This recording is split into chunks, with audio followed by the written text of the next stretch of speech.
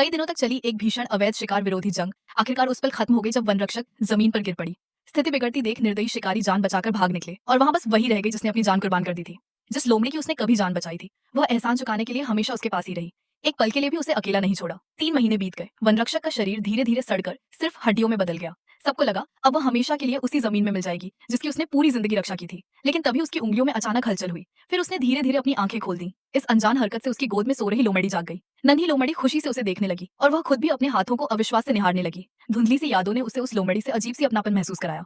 वह अनायास प्यार से उसके सिर पर हाथ फेरने लगी। लोमड़ी डरी नहीं बल्कि उस स्नेह को पूरी तरह महसूस करने लगी। उस दिन के बाद लोमड़ी और ज़ॉम्बी बन चुकी वन रक्षक एक दूसरे का सहारा बन गए। वे साथ साथ वसंत की हल्की बारिश में भीगते, गर्मियों की हरियाली का आनंद लेते, पतझड़ में बदलते रंगों को निहारते और सर्दियों में सफेद बर्फ से ढकी धरती पर घूमते। कहा जाता है जो भी इस इंसान को देख ले और बस एक डॉग हेड दे दे उसकी जिंदगी में अच्छे दिन जरूर आते हैं। सबको लगा यह खुशहाल जिंदगी अब हमेशा चलेगी।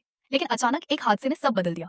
उस दिन वन रक्षक लोमड़ी के लिए फूलों का एक हार बना रही थी। तभी जंगल की शांति को एक गोली की आवाज ने चीर दिया। उसका दिल घबरा उठा। वह बिना कुछ सोचे आवाज की दिशा में दौड़ पड़ी, लेकिन सामने का दृश्य उसकी आंखें सुन्न कर गया। पुराने 2 शिकारी फिर से लौट आए थे और नन्ही लोमड़ी उनकी गोली का शिकार बन चुकी थी। असीम दुख उसके दिल पर टूट पड़ा और उसके बाद भयानक गुस्सा फूट पड़ा। थोड़ी सी बची हुई समझ क्रोध और नफरत के सामने डगमगाने लगी। उसकी आंखें पागलपन और नफरत से लाल हो उठी। वह झपटकर दोनों शिकारियों पर टूट पड़ी। कुछ ही पलों में वे अपनी जान गंवा बैठे और बिना होश के ज़ॉम्बी बन गए। जैसे जैसे और लोग संक्रमण का शिकार होते गए, पूरी की पूरी नगरी सिर्फ 3 दिनों में तहस नहस हो गई। जल्दबाजी में लड़ी सेना भी ज़ॉम्बियों के सामने टिक नहीं पाई। 100 मील तक का इलाका नरक में बदल चुका था। वन रक्षक शिकारियों से भी नफरत करने लगी और उन इंसानों से भी जो कुछ नहीं कर पाए। तबाह हो चुकी दुनिया को देखकर उसे पल भर के लिए अजीब सी संतुष्टि महसूस हुई। लेकिन तभी उसका पैर किसी चीज से टकराया। नीचे देखा तो चारों ओर मरे हुए जंगली जानवरों के शरीर पड़े थे।